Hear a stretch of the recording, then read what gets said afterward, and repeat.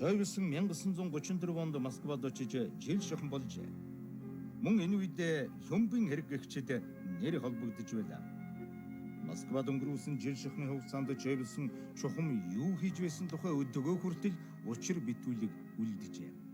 Зарим судлаачид архины эмчилгээнд явсан байхаа гэж таамаглах авч их зөнхөн зөвлөлтийн тусгай албад түүнийг дахин синхруулан боловсруулсан байхаа гэж үздэг.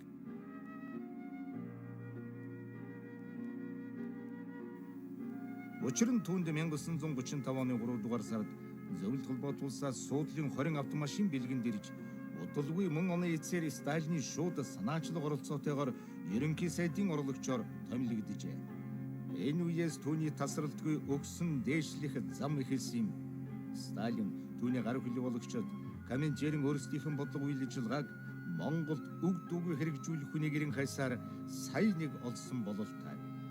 Удалгүй Чойвсон 1936 онд дотоод яамны сайдаар хавсран томилжээ.